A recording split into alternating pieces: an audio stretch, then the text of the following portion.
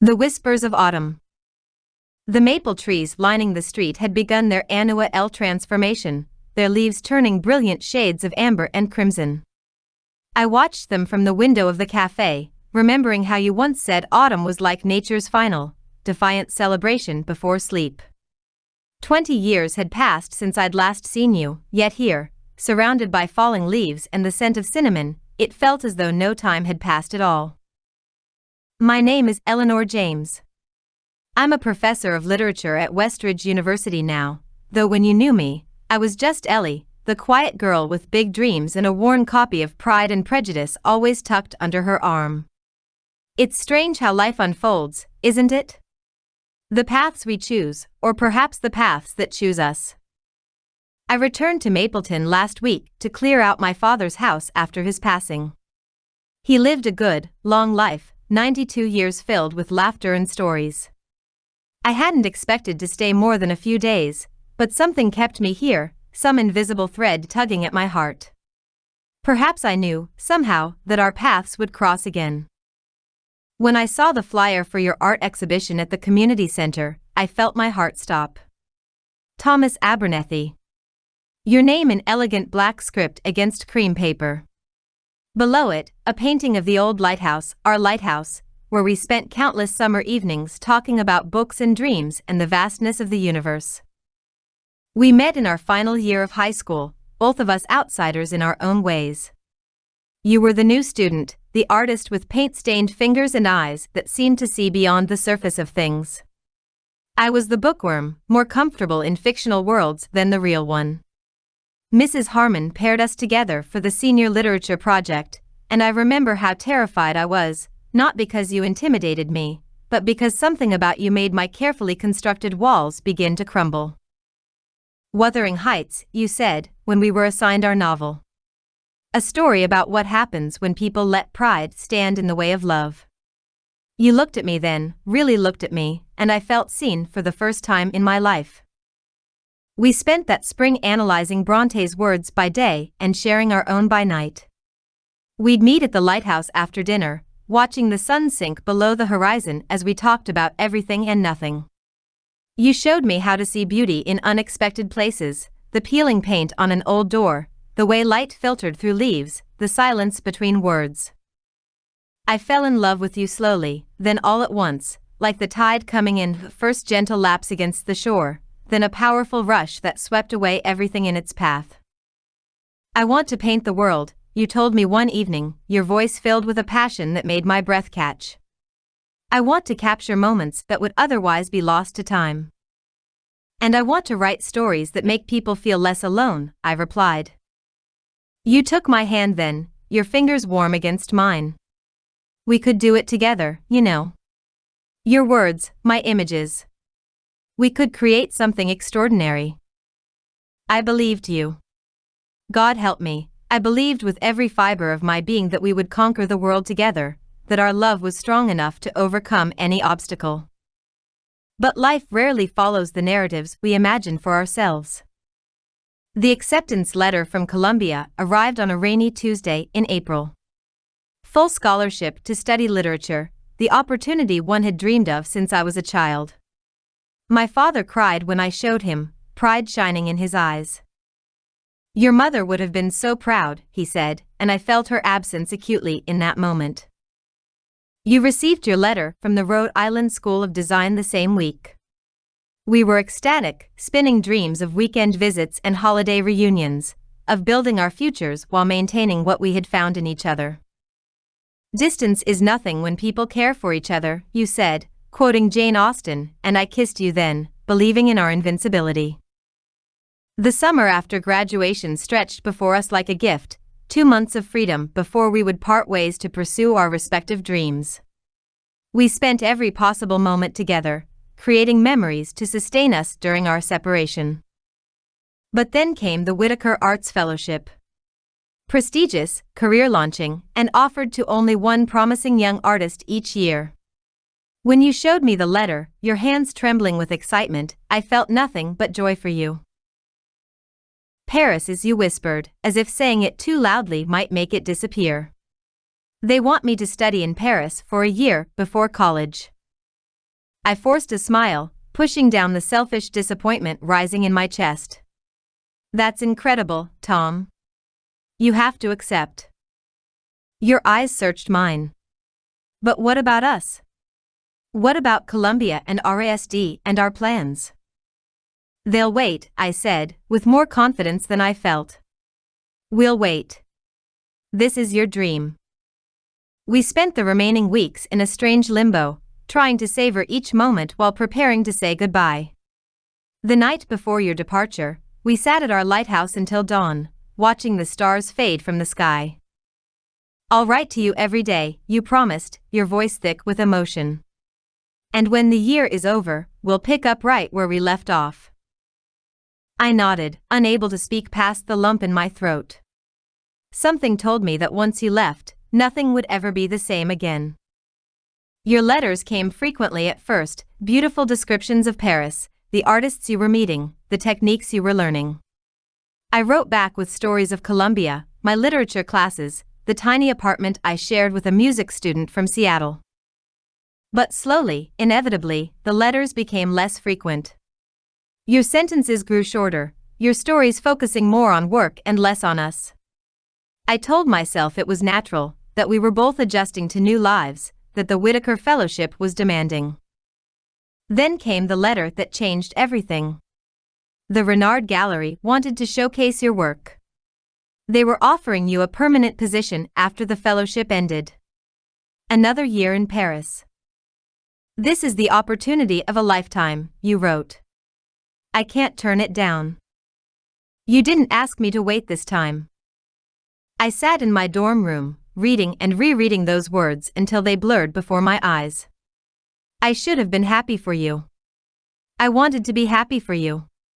But all I felt was a profound, aching loss, as if something precious had been pulled from my grasp before I had fully appreciated its worth. I didn't reply for 3 days. When I finally did, my response was short and painfully formal. I congratulated you on your success and wished you well in your future endeavors.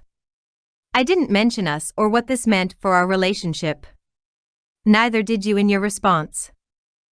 And just like that, we drifted apart, not with a dramatic ending, but with a gradual fading, like colors bleeding from a watercolor left in the sun. Life continued. I threw myself into my studies, graduated with honors, pursued a master's degree and then a doctorate. I dated occasionally, even came close to marriage once, but something always held me back.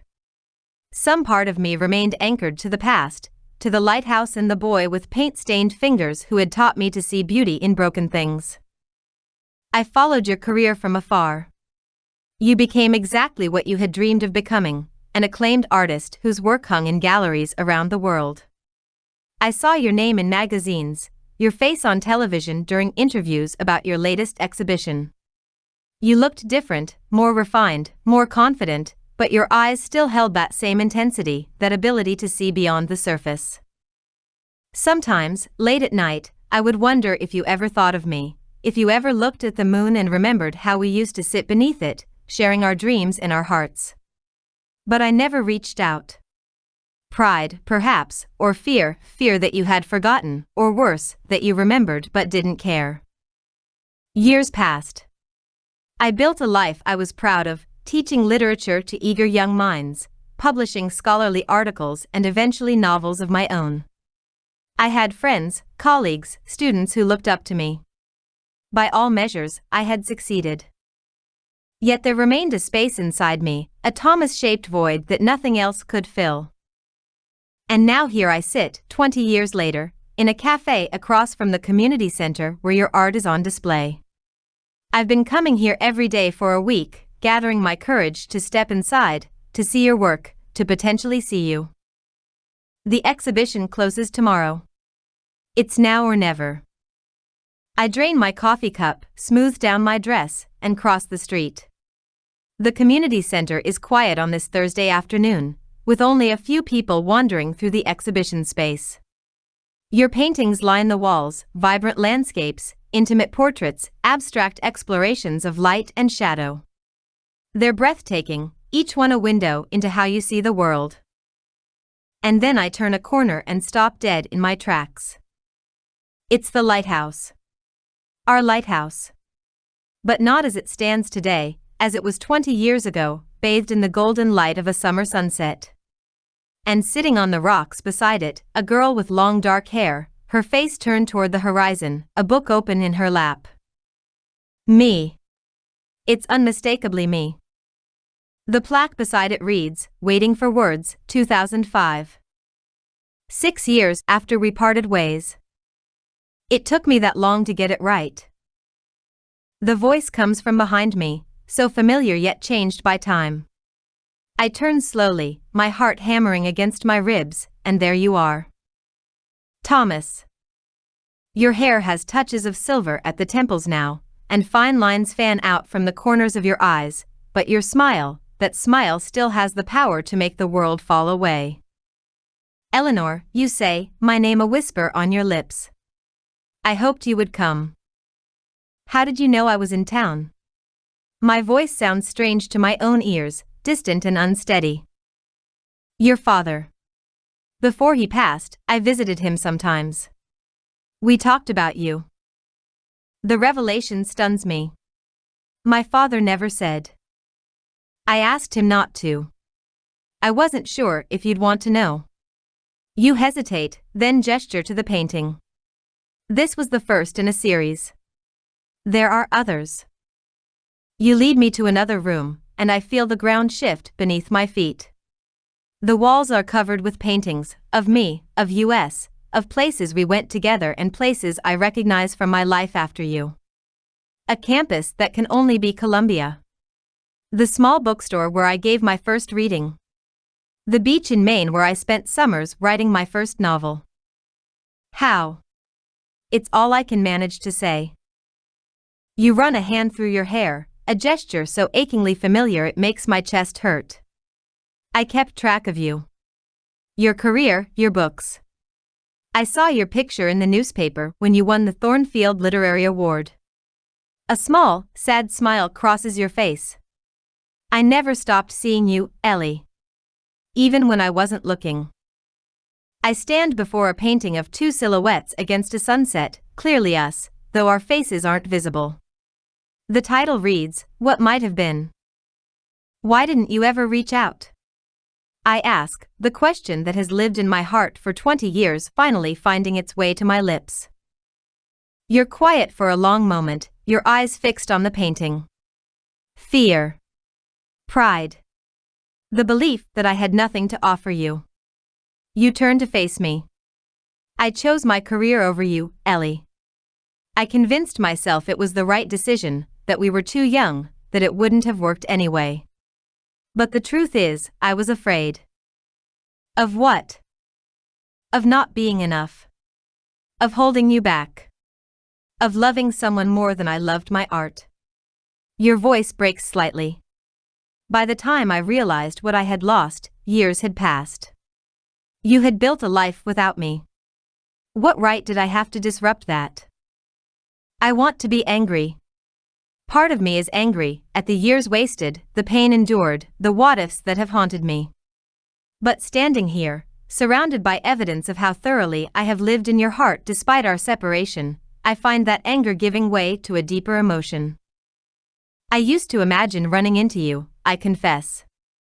I would rehearse what I would say, how composed and successful I would appear. I never imagined it would be like this. And what would you have said? In those imagined meetings? The question hangs between us, heavy with 2 decades of unspoken words. I would have told you that I forgave you, I say at last. That I understood why you made the choice you did. That I hope your life brought you joy. I take a breath. And then I would have walked away, head held high, pretending that seeing you again didn't shatter me all over again. Your eyes hold mine, the same deep blue I remember from our lighthouse conversations. And now? What would you say now? 20 years of carefully constructed defenses begin to crumble. I'd say that I never stopped loving you. That I tried, God knows I tried, but some people leave imprints on our souls that can't be erased. You step closer, close enough that I can see the flecks of gray in your blue eyes, can smell the familiar scent of paint and cedar that always clung to your clothes. I have lived with regret for 20 years, Eleanor James. I have created beautiful things, seen incredible places, achieved everything I thought I wanted. But none of it, not one single moment, has brought me the joy I felt sitting beside you on those rocks, talking about books and dreams as the sun set. Tears fill my eyes, blurring the edges of your face. It's been so long, Thomas. We're different people now. Yes, you agree, reaching out to brush a tear from my cheek. We are. But some things don't change. The way light plays on water. The feeling of coming home after a long journey. Your thumb traces the line of my jaw. The way my heart recognizes yours, even after all this time. I should be cautious. I should remember the pain of losing you, should protect myself from experiencing it again.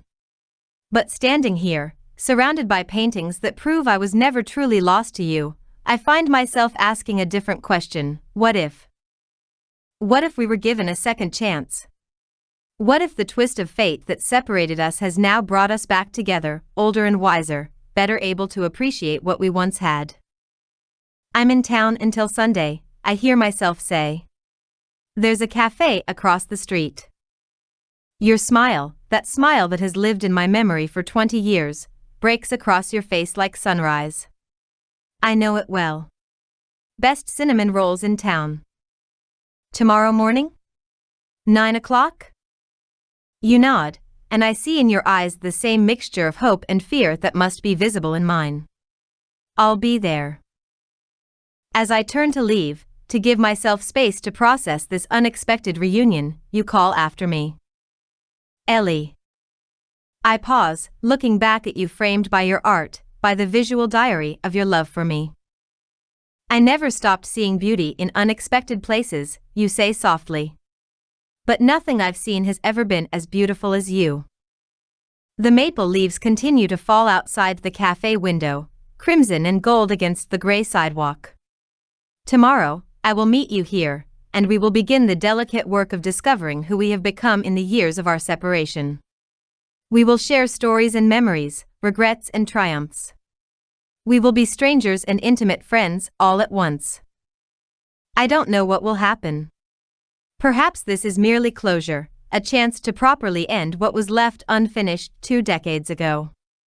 Or perhaps it's something else, a new beginning, a chance to see if what we once had can be rekindled from the embers that have smoldered all these years. What I do know is this: love, real love, leaves its mark. It changes us irrevocably. And sometimes, if we're very lucky, it offers us a second chance to get it right. As I watch the leaves fall, I think about the girl I was, the one who believed in happy endings despite evidence to the contrary. I think about the woman I've become, stronger, wiser, more guarded.